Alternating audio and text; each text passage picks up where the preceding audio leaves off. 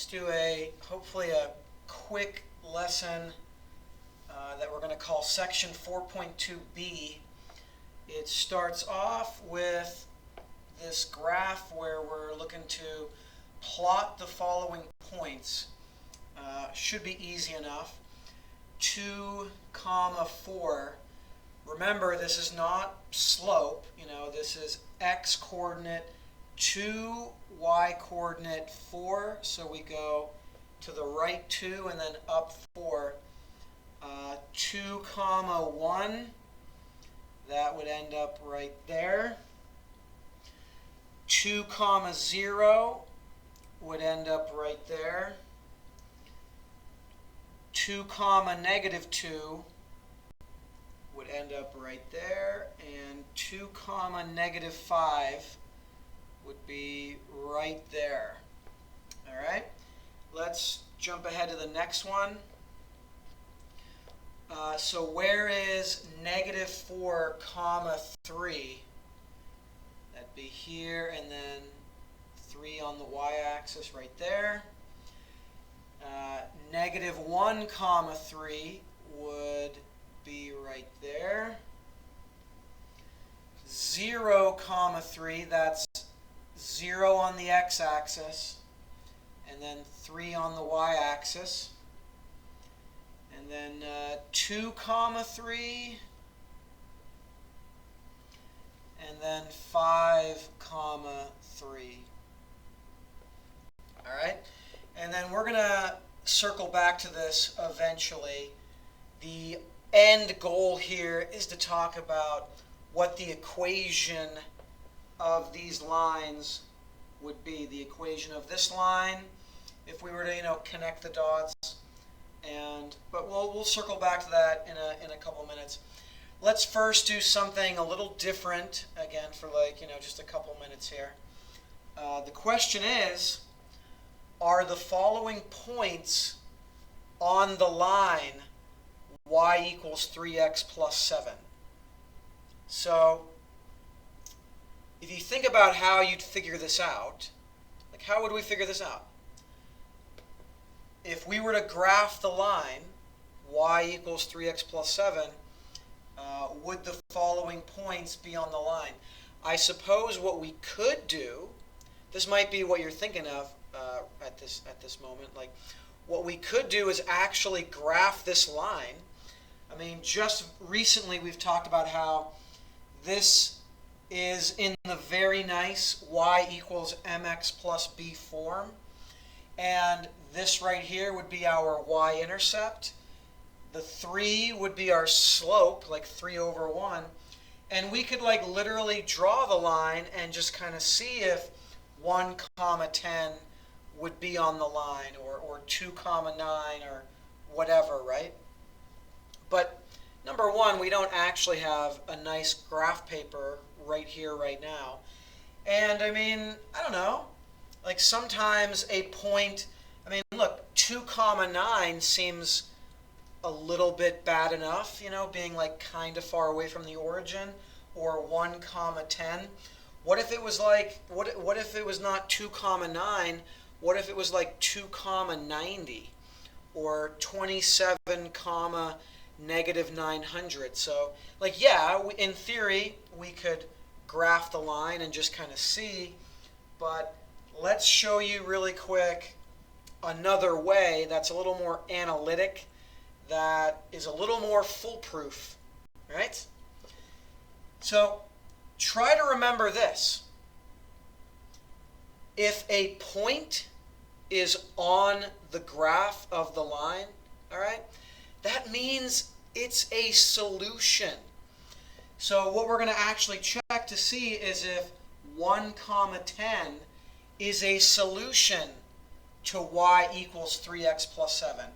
If x = 1, and at the same time y = 10, if that actually solves the equation, because if it actually solves the equation, then it's going to be a point on the line.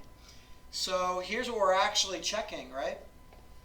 If we let y = 10 And if we let x equal 1, does it actually make the equation true? Like, does 10 equal 3 times 1 plus 7?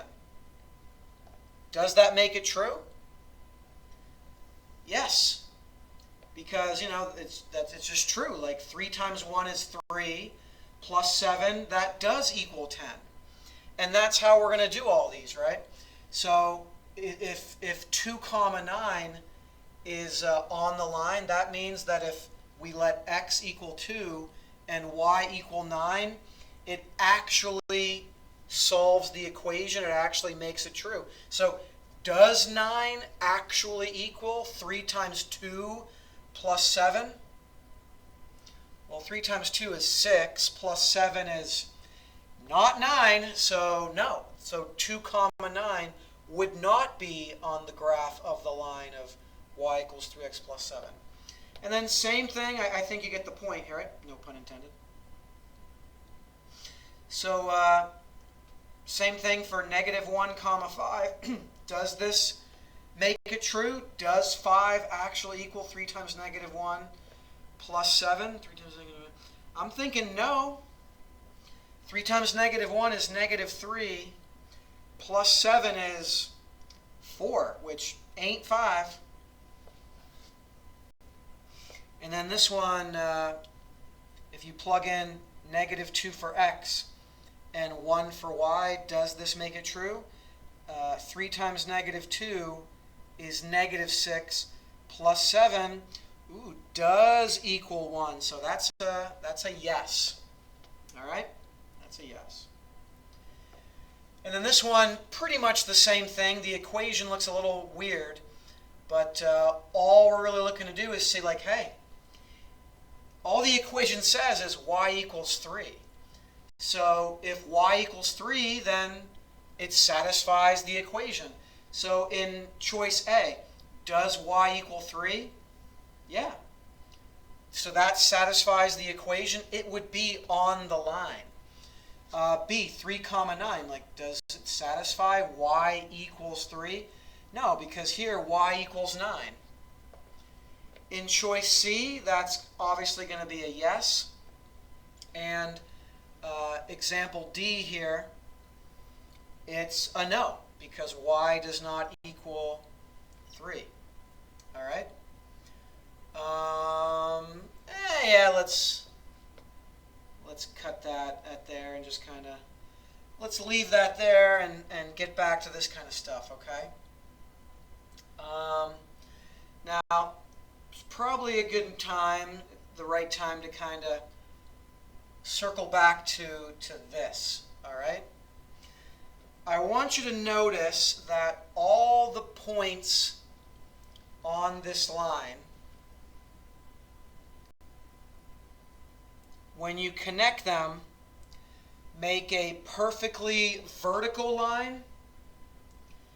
And then for this one, when you actually connect the dots, it makes a horizontal line.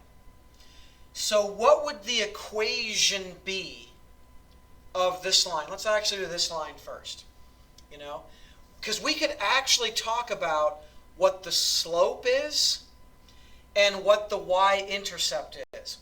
What's the slope here? In fact, what's the slope of any horizontal line? We've mentioned this maybe just once, briefly, but what's the if you talk about rise over run of this horizontal line, what does it end up being? Like, let's say we went from this point to this point. Wouldn't the rise be 0 and the run 3? So that basically means that our slope is 0. And again, we've said that before. The slope of any horizontal line is 0. And then what's our b value? Our y-intercept, where does it hit the y-axis? Looks like at 3. So we could actually take those two values and put them into like y equals mx plus b, but m is 0. So it's like, so y would equal 0x plus 3. Well, you know what? If we're talking about like a final equation, 0x, that's like 0. So the final equation is y equals 3. Okay? And quite frankly, any horizontal line is going to have an equation just like this, where it's just like y equals something. I mean, look at this. Isn't the whole story here that y always equals 3?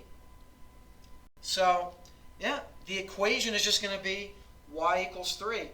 And going back here, with this one, with a vertical line or any vertical line, we actually can't even do like the whole thing with y equals mx plus b, because what's the slope of any vertical line? Do you remember? Again, we might have only said it like once, a couple days ago or whatnot, but do we recall how the slope of any vertical line is undefined? Like it doesn't really exist. We say that there's like no slope at all. So we can't really take that and sort of plug it into like an y equals mx plus b form. But what do you notice over here? Like a comparison. If this equation is simply y equals 3 because y always equals 3 anywhere on this line, what do you think this equation is going to be? Like on the same sort of note.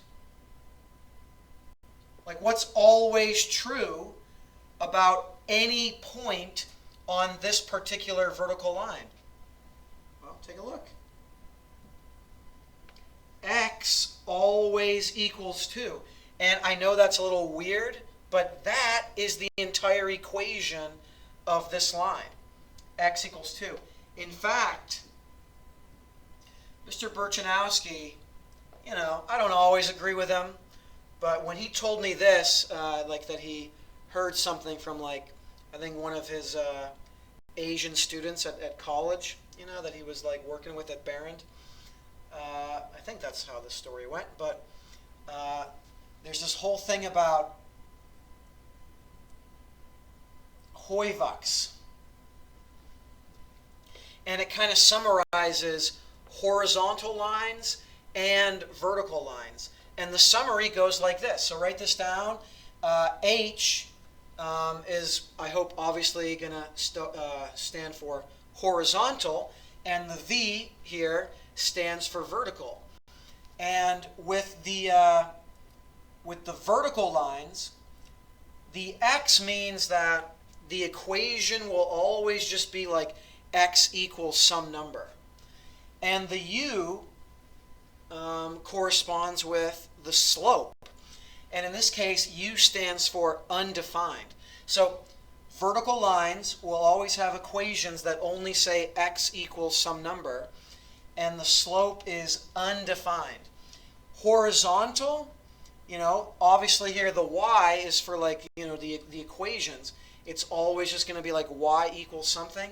And this O, it's like, you say like Hoivux, but that O is actually a 0, because just like the U corresponds with slope, this 0 actually corresponds with how like horizontal lines have a slope equal to 0. So here we go. These 4 quick examples, I think it's only 4 quick examples. Yep. So number 1 just says y equals 1. Well, here's what you do. You hopefully remember that this means it's going to be a horizontal line, maybe because of the Hoivux trick. You go to y equals 1, and you draw a horizontal line. Same thing with number 2, y equals -5. What you do is you go to y equals -5, -1, -2, -3, -4, -5, and that's where you draw the horizontal line. And the slope on both of these is 0, which shouldn't confuse you at all, I think, at this point. But yeah, that is how that goes. Oh, I know what I was just thinking of. And again, just one more reminder that technically you could kind of match this up with y equals mx plus b. You could spin that, where your b value is 1 and your m value pretty much had to be 0. But again, I would just emphasize this nice little Hoivux trick. And then these examples, well, this equation only has x in it, so these are going to be vertical lines. So literally, the equation says x equals 2, so you just go to x equals 2 on the x-axis, and you draw that's a horrible vertical line, but yeah, let's redo that.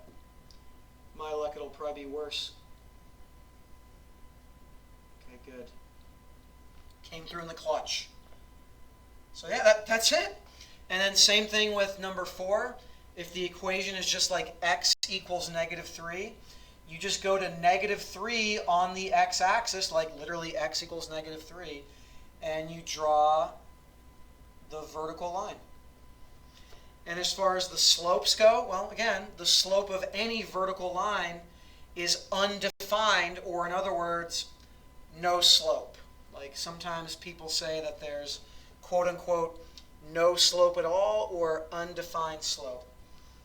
All right, so again, Hoivux. Again, horizontal lines have a slope equal to 0, and the equations only say y equals whatever, like y equals 2, or y equals -5, or y equals -17. It doesn't matter. And then vertical lines have an undefined slope, and equations only really say x equals whatever, like x equals 0, x equals 7, x equals 10, x equals -11, whatever. And that's what there is to say about that.